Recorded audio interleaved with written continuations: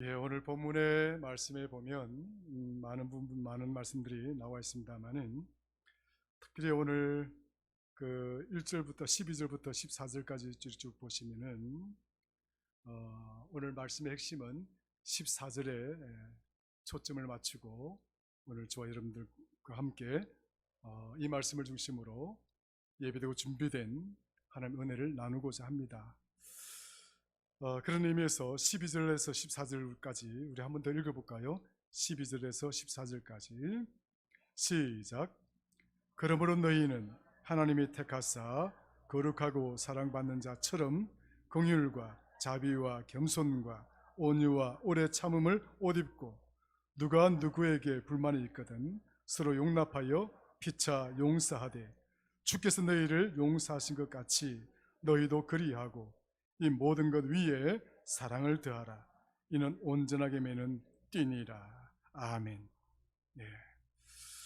12절과 또 13절에 보면 너희는 하나님이 택한 거룩하고 사랑받는 자처럼 긍휼과 자비와 겸손과 온유와 오래 참음 그리고 용서하는 마음, 이 정도 하면 성도들이 이 중에서 웬만큼 이 정도만 하면 거의 완벽한 성도라고 말할 수가 있는 것이지요.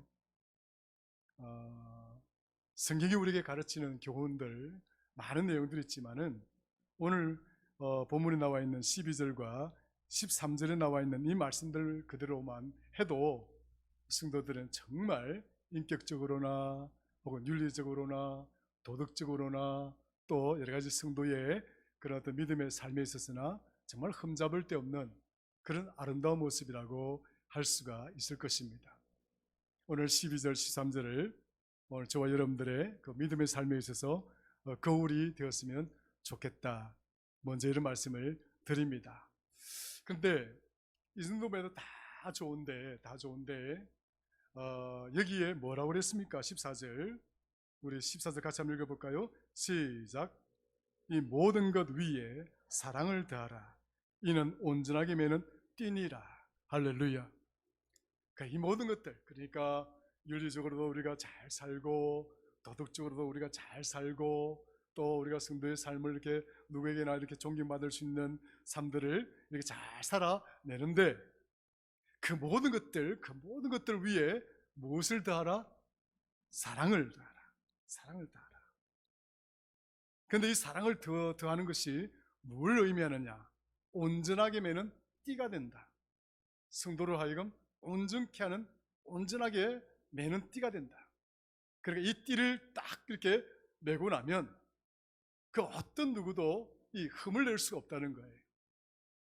그러니까 세상의 그 어떤 일들도 우리를 공격하고 또 세상의 그 어떤 유혹도 우리를 넘어뜨리려고 하고 또 세상의 그 어떤 시련과 환난이 닥쳐와도 이 띠를 딱 사랑의 띠를 꽉 메고 있으면 그 어떤 것들도 우리를 흠집을 낼 수가 없고 우리를 넘어뜨릴 수도 없고 쓰러뜨릴 수도 없고 우리를 짓누를 수가 없고 우리는 온전한 자가 되어서 승리자가 된다 하는 이런 말씀을 메시지를 담고 있는 것이지요.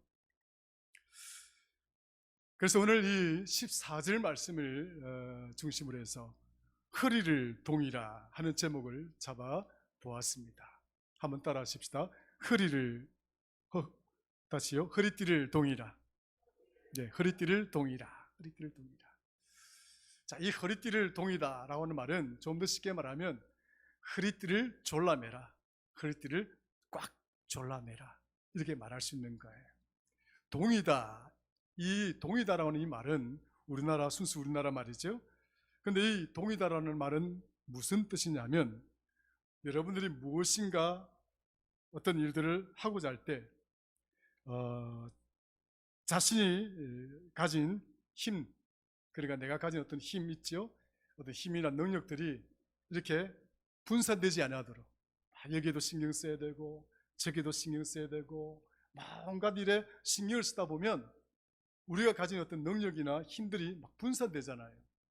분산되면 그 힘을 내가 아무리 큰 힘을 가지고 있다 할지라도 그 힘이 막 이렇게 흐트러지고 분산이 되어지면 그 힘의 능력을 온전히 발휘할 수가 없는 거예요. 근데 이 허리띠를 딱 동이다라고 하는 이 말에 있어서 동이다라고 하는 이 말은 바로 이러한 힘들이 분산되지 아니하도록, 흐트러지지 아니하도록 그 힘들을 하나로 딱 이렇게 뭡니까? 붙들어 맨다는 뜻입니다. 그 힘들을 딱 붙들어 매고 자신을 무장할 때, 자신을 그 힘과 능력으로 자기 자신을 무장하고자 할 때 허리띠를 졸라맨다 혹은 허리띠를 동이다 이렇게 이야기를 하는 거예요. 여러분들이 정말 어떤 결연한 어떤 일들을 앞두고 여러분들 적당하게 대응하지 않지 않습니까? 아주 중대한 일이 있다거나 아주 심각한 일이 있다거나 그런 일이 있으면 여러분 진지하게 고민하고 저 일들을 어떻게 풀어갈 것인지 정보도 모으고 또 주변에 많은 사람들의 의견도 들어보고 또 이렇게 두루두루 그런 것들을 모아가지고 딱 준비를 해서 이제 허리띠를 딱 졸라매고 그 문제에 맞서기 위해서 나서지 않습니까? 허리띠를 동인다는 말은 바로 그런 의미예요. 어떤 중요한 일, 어떤 무엇인가를 우리가 해결해야 되고 풀어야 될 그 순간 앞에 놓이게 됐을 때 그냥 아무 생각 없이 나가는 것이 아니다.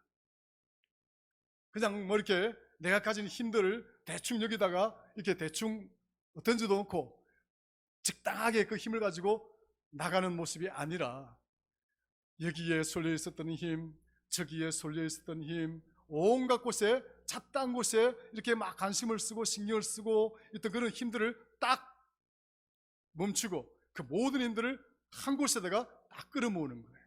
딱 끌어모았어. 그래서 이제 내가 생각하고 내가 계획하고 했던 그 일들을 위해서 또 그 일들을 향해서 이렇게 딱 무장해서 뛰어나가는 모습, 바로 그 모습을 시작하기 전에 일컫는 말, 허리띠를 졸라맨다 이렇게 이야기를 하는 거예요. 오늘 본문에 나와 있는 14절, 도대체 이 말씀과 허리띠를 졸라맨다라고 하는 말은 어떤 관계가 있을까? 오늘 본문에 보면 띠라고 하는 말씀이 나오잖아요. 띠가 나옵니다. 볼까요? 14절, 이 모든 것 위에 사랑을 더하라. 이는 온전하게 매는 띠다라고 이야기를 합니다.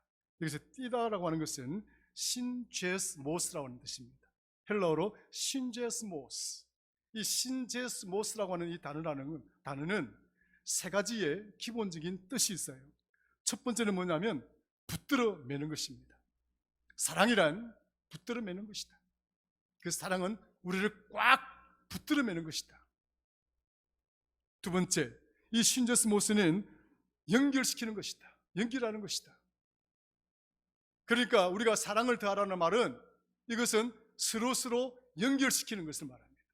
혼자 고립되거나 혼자 동떨어져 있다거나 그런 개념이 아니라 이것은 그 공동체, 내가 속한 공동체, 나와 함께 있는 모든 자들과 끈끈하게 든든하게 연결되는 것을 말하는 것입니다. 세 번째, 고정되는 것을 말합니다. 신저스모스라고 하는 것은 고정되어 있어야 된다. 그러니까 바람이 불거나 또 어떤 홍수가 나거나 어떠한 외부적인 충격에 의해서도 결코 이 흔들리지 아니하고 끊어지지 아니하고 무너지지 아니하고 그대로 그 고정되어 있는 그 모습을 유지해야 된다. 그런데 사랑의 끈이 그렇다는 거예요. 사랑의 끈이 그렇다. 굉장히 참 색다른 의미로 지금 본문을 해석하고 있죠. 우리가 보통 사랑이라고 하면 내가 가진 것 조금 나눠주고 또 이렇게 아픈 병자들 이렇게 돌봐주고 또 이렇게 힘든 사람 만나면 위로하고 동정하고 그런 마음들, 우리가 쉽게 사랑은 그렇게 이해를 하고 있잖아요. 그런데 사랑은 오늘 본문에서는 그 사랑을 아주 강력한 어떤 힘과 능력으로 이야기를 하고 있는 거예요. 신저스모스라고 하는 것은 강력하게 붙들어매는 힘이다.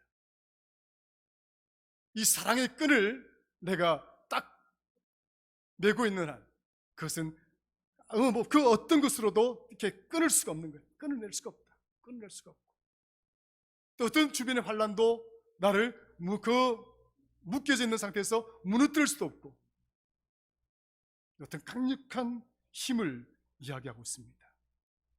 그런데 이 신저스모스를 영어로 무엇이라고 번역을 하고 있느냐 하면 밴드라고 이야기합니다. 따라합시다. 밴드. 우리가 밴드라고 하면 보통 고무 이렇게 여러분들 머리 밴드 이렇게 묶는 거, 그런 걸 보통 그렇게 잘 알고 있잖아요. 맞아요. 밴드는 끈이기도 하고 묶는 그런 어떤 고무줄 같은 그런 것이기도 하고. 그런데 오늘날 이 밴드의 의미가 어떤 의미냐면 그저 어떤 줄이나 끈, 또 묶는 어떤 묶음줄 이런 것만을 의미하는 것이 아니라 이 밴드는 그룹, 공동체, 집합체, 이것을 의미하기도 합니다. 요즘 여러분들 폰 안 들고 있는 사람 없으시지요? 폰이 다 있습니다. 저는 이 폰이 이 안에 모든 정보가 다 들어가 있어요. 그래서 제가 공부를 하고 싶은 것들, 또 하려고 하는 것들, 또 내가 어떤 자료나 정보들이 이 안에 다 들어있습니다. 제가 열면 이 안에 다 나와요. 그리고 제가 모르는 것은 다 찾을 수가 있습니다. 그런 것도 있지만 이 폰이 어떤 큰 기능을 하느냐면 우리 주변에 있는 많은 사람들과 뭐예요? 연결고리를 하는 거예요. 연결고리를 합니다.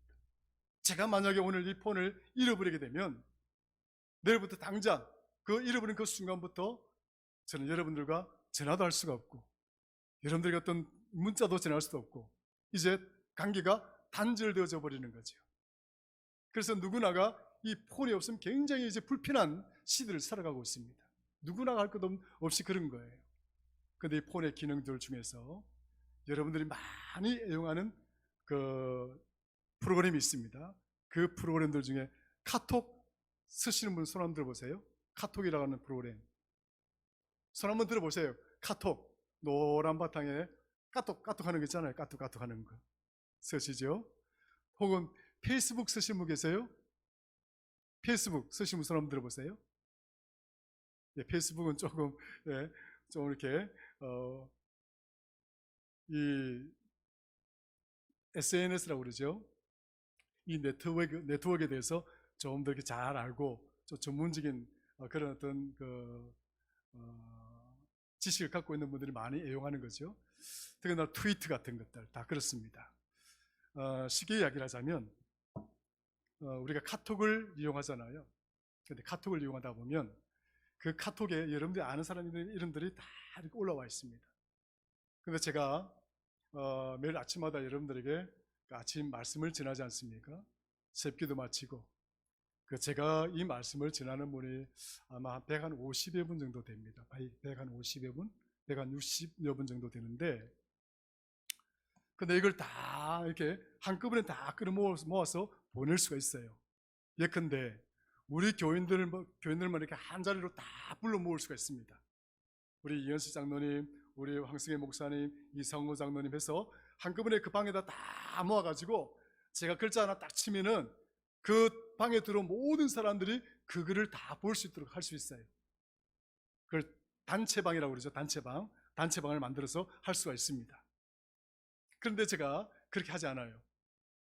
일일이 개인적으로 다 이렇게 문자를 보내죠. 근데 그걸 다 보내고 나면 한 35분간 걸려요. 이거 하나씩 이렇게 복사를 내가 붙인다 하더라도 한 35분 정도 새벽에 걸립니다. 시간이 적게 걸리는 게 아니에요. 그래서 그 말씀을 뽑아서 보내는데 한 35분 정도 걸리는데, 그런데 이제 그런 거를 이제 보내고 나면 그 말씀을 받는 사람들은 매일 아침마다 뭐예요? 저하고 어떤 식으로든지 연결이 되어져 있는 거예요. 그 어떤 분은 그 말씀을 받고 또 그날에 어떤 고민이 있었는데 어떤 정말 여러 가지 기도하는 제목이 있었는데 그 말씀이 딱 와닿는 거예요. 그리고 와닿으면 그 말씀에 대한 답변을 저한테 보내줍니다. 목사님, 제가 오늘 이래 해서 이런 문제로 기도하고 있었는데 오늘 말씀이 마음에 와닿습니다. 기도해 주세요. 그러면 제가 또 거기다 답을 써서 우선 힘내십시오. 제가 기도하겠습니다 하고 이렇게 서로 소통을 하는 거죠. 이런 뭡니까? 이 채널상에서 연결되어 있는 이런 거라도 우리가 뭐라고 이야기를 하냐면 네트워크라고 그러죠. 건물입니다. 건물에 딱 이렇게 서로 이렇게 연결되어져 있는 거죠. 근데 이걸 또 달리 말하면 밴드라고 이야기합니다. 밴드. 그래서 밴드라고 하는 프로그램이 있어요. 좀 어렵긴 한데 밴드라고 하는 프로그램이 있는데, 이 밴드는 어떤 그런 프로그램이 있느냐면, 예를 들어서 우리 뭐 학교 동창회다. 그런 동창들 모임 밴드가 있으면 그 밴드 안에는 학교 동창들이 다 들어가 있어요. 또 우리 교회 대전제일교회 밴드를 만들면 우리 대전제일교회 성도들이 다 그 안에 들어가 있을 수 있는 겁니다. 그런데 그런 어떤 그 모임 공동체, 그런 어떤 집단들을 일컬어서 밴드라고 부르기도 하는 거예요. 그래서 밴드라고 하는 것은 그래서 끈이나 어떤 묶음 줄만을 의미하는 것이 아니라 어떤 집단을 딱 공동체를 이렇게 지정하고 규정하는 그런 그룹을 이야기하기도 하는 거예요. 밴드. 자, 그러면 오늘 본문에 나와 있는 4절에 한번 가보겠습니다. 골로새서 3장 1절 한번 가볼까요? 중요한 의미가 나와 있습니다. 자, 이 의미를 이해하기 위해서 1절로 가볼게요. 3장 1절. 자, 시작. 그러므로 너희가 그리스도와 함께 다시 살리심을 받았으면 위의 것을 찾으라. 거기는 그리스도께서 하나님 우편에 앉아 계시느니라. 2절 시작. 위의 것을 생각하고 땅의 것을 생각하지 말라. 아멘. 1절 2절에 보면 그러므로 너희가 그리스도와 함께 어떻게 됐다고요? 다시 살리심을 받았으면,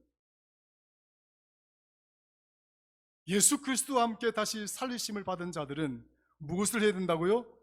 땅의 것을 찾아야 됩니까? 위의 것을 찾아야 됩니까? 위의 것을 찾는 자가 되야 됩니다. 삶의 방향이 달라진 거예요. 예수 그리스도로 말미암아 살리심을 받은 자가 비단 나 혼자뿐인가? 아니에요. 예수 그리스도로 말미암아 살리심을 받은 그 공동체를 우리는 교회라고 이야기하는 거예요. 그러므로 오늘 여기 앉아있는 저와 여러분 모두는 교회 공동체예요. 예수 그리스도로 말미암아 다 살리심을 받은 그런 성도임을 믿으시기를 축원합니다. 우리는 예수 그리스도로 말미암아 다 살리심을 받은 자들이에요. 그런데 이 예수 그리스도로 말미암아 다 살리심을 받은 이 공동체는 무엇을 하는 자들인가? 땅의 것을 찾는 자들이 아니라, 땅에 속한 자들이 아니라 무엇을 한다고요? 하늘의 것을 찾고 하늘에 속한 자라는 거예요. 중요한 거죠.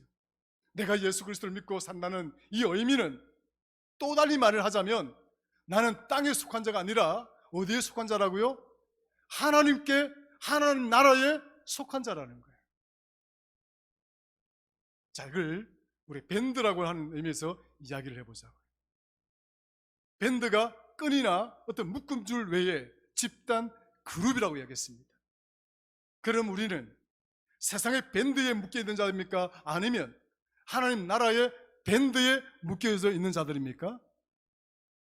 크게 하세요. 어디에 묶여져 있습니까? 하나님 나라의 밴드입니다. 하나님 나라의 밴드다.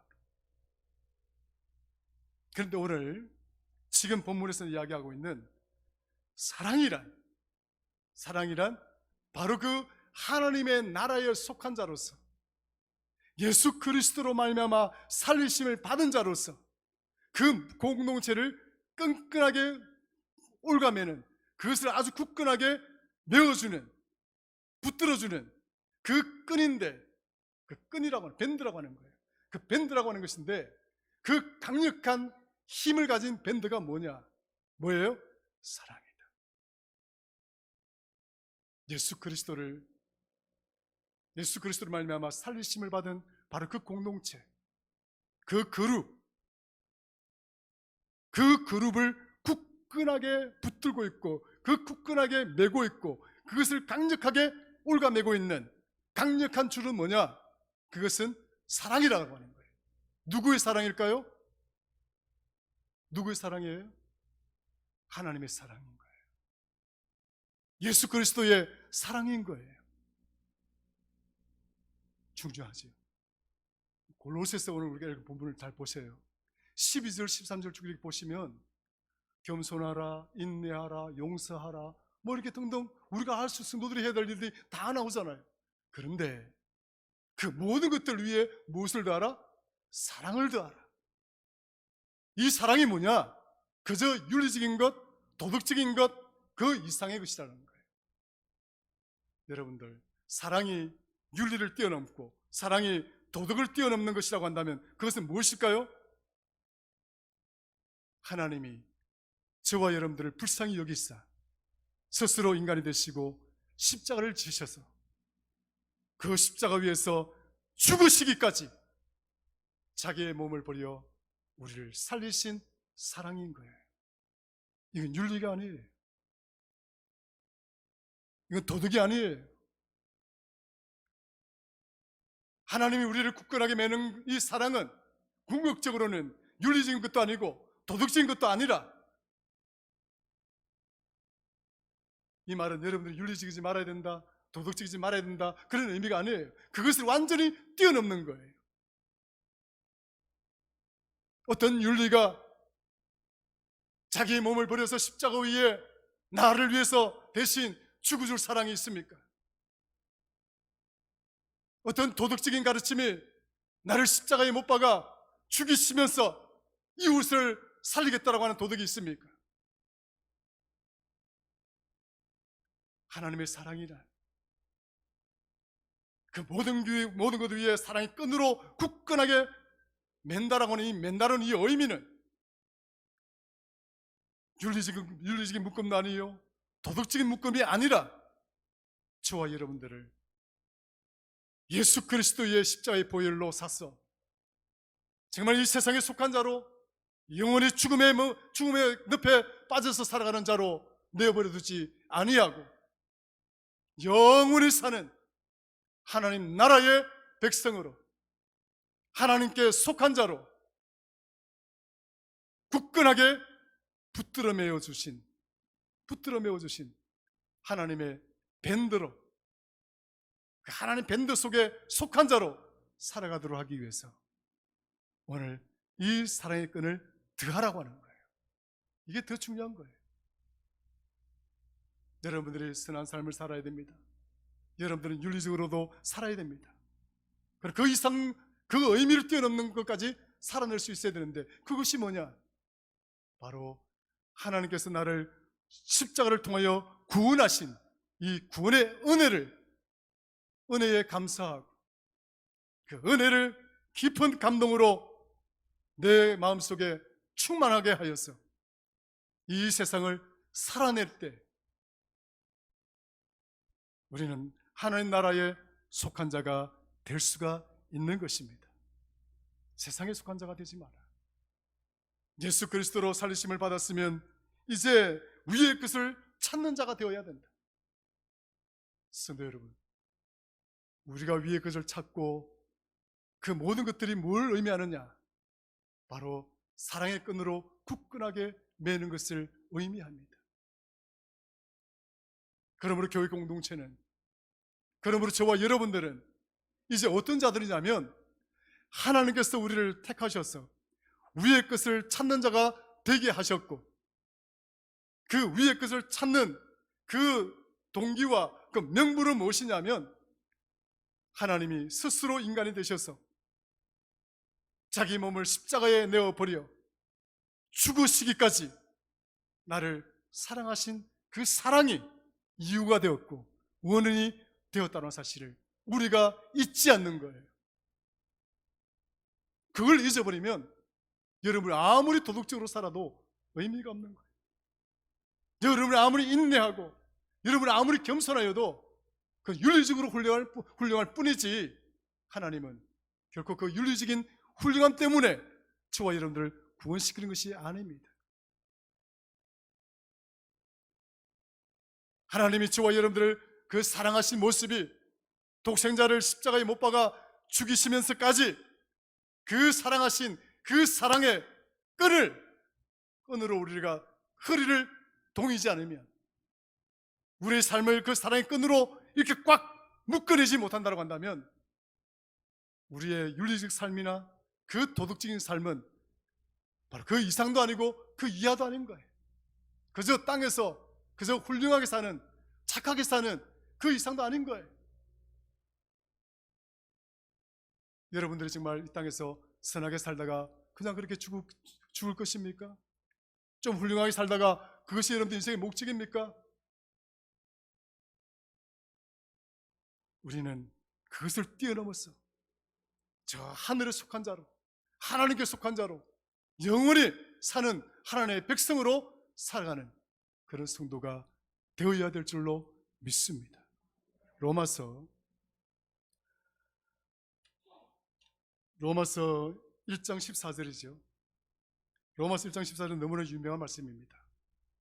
바울이 그가 그의 생애를 다 내어 던져서 선교사의 삶을 살고 전도자의 삶을 살아낼 수 있었던 그 비결은 무엇인가?